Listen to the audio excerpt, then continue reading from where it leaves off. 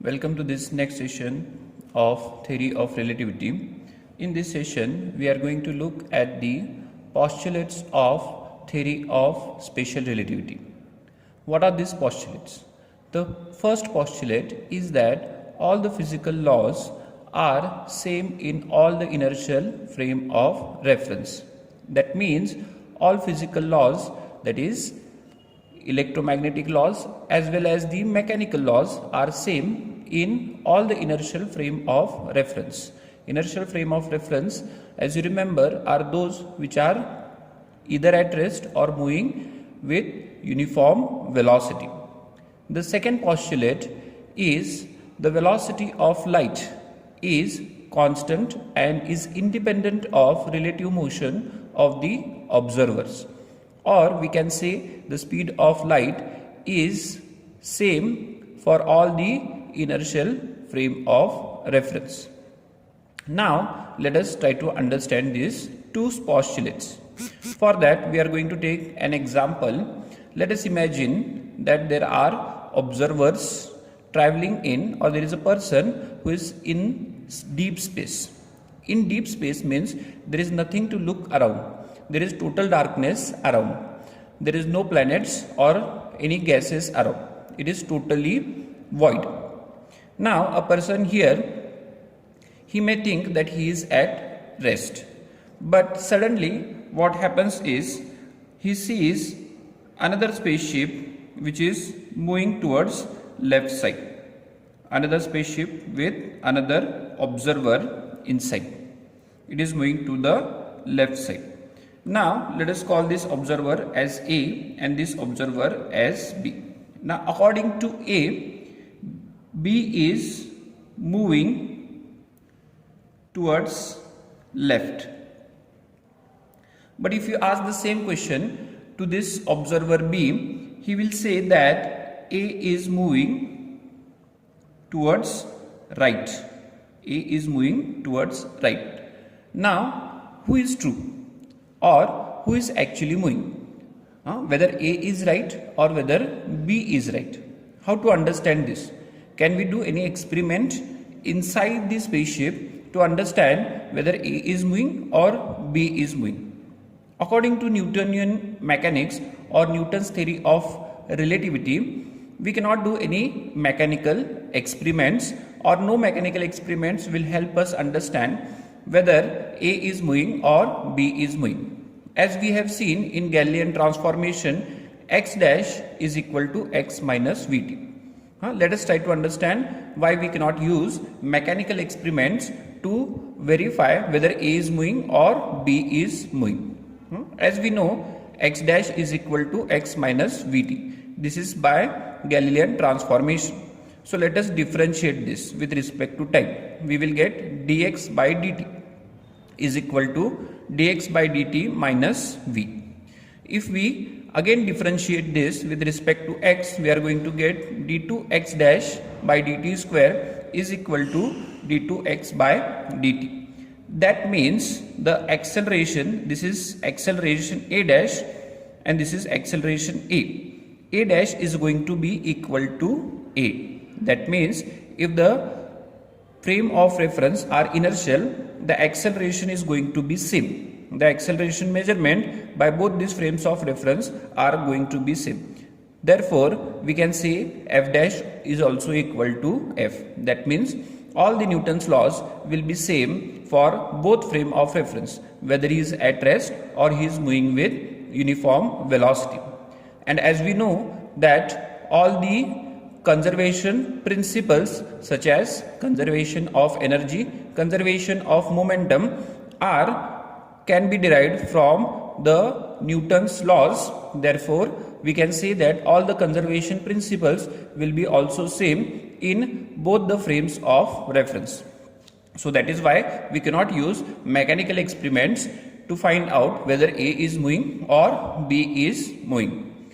Now let us now before Einstein gave his special theory of relativity, it was assumed or it was thought that we can use a light which is traveling, let us say in this direction, to find out whether A is moving or B is moving. This is because Maxwell had given the speed of light as 3 into 10 raised to 8 meter per second, and this speed he had derived by this equation 1 by root of epsilon naught into mu naught. As we know, epsilon naught and mu naught are permittivity and permeability of free space. That means this speed 3 into 10 raised to 8 meter per second is the speed of light with respect to free space, or it was believed at that time that light travels through ether, so with respect to free space or with respect to ether. Now try to understand this situation. Suppose you are in a box, and you don't know whether this box is moving or not. Now suddenly what happens is you see an object moving. This object may be moving with speed u. Now somebody who is on the ground, maybe he sends you a message or calls you and tells you that this object is moving with this speed 30 meter per second. Now if you are inside the box and looking at this object, now you can determine whether you are moving or not. You can measure the speed of this object. If the speed of this object is less than 30, let us say 20 meter per second, that means you are moving in the same direction with the speed 10 meter per second.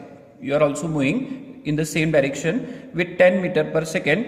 As we know, the speed measured by u, if it is less, will be u minus v, where v is your speed. But if you find that the speed of this object is more, let us say 50 meter per second, that means you are moving in opposite direction, in this direction with 20 meter per second. That means you will be measuring u plus v. And suppose you measure the speed same 30 meter per second, then you can conclude that you are, or the box is not moving. Now this was made possible because you knew the speed of this object with respect to ground, Same is the case with light. We know its speed with respect to free space. Therefore, it was assumed that we could use this light and understand and do experiments with this light to understand whether our frame of reference is moving or not. So let us assume that a light is passing in between this. Now A can measure the speed as well as B can measure the speed. Now if A measures the speed and he finds that speed of light is less than this 3 into 10 raised to 8 meter per second, that means he is moving in the direction of the light with whatever difference he has got. But if he finds the speed of light is more, what he will conclude is he is moving towards the left side with whatever more than speed of light. But if he finds the speed of light to be same, that is 3 into 10 raised to 8 meter per second, then he will conclude that he is not moving. Same thing apply for this also. But what actually happened when this experiment was tried was both A and B measured the same speed, that is 3 into 10 raised to 8 meters per second. Now how is this possible? It cannot be that A as well as B are not moving, because they have seen with their eyes that either A or B is moving. Somebody has to be right. But if they do this experiment, they will measure the speed same C, that is 3 into 10 raised to 8 meters per second. This leads to first principle of theory of relativity.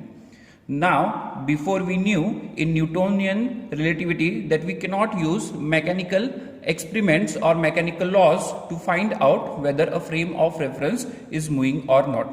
Now, even light experiments we cannot use to find out whether a frame of reference is at rest or it is moving with uniform velocity. That means the first principle is actually telling you the same thing, that all the physical laws will be same for all the inertial frame of reference. All the physical laws will be same for A, all the physical laws will be same for B. Second principle is also understood from this experiment. Both A and B are inertial frame of reference and they have measured the same speed, that is 3 into 10 raised to 8 meter per second. That means velocity of light will be independent of relative motion of the observers, or in other words, all the inertial observers will measure the same velocity of light. So these were the two principles of special theory of relativity.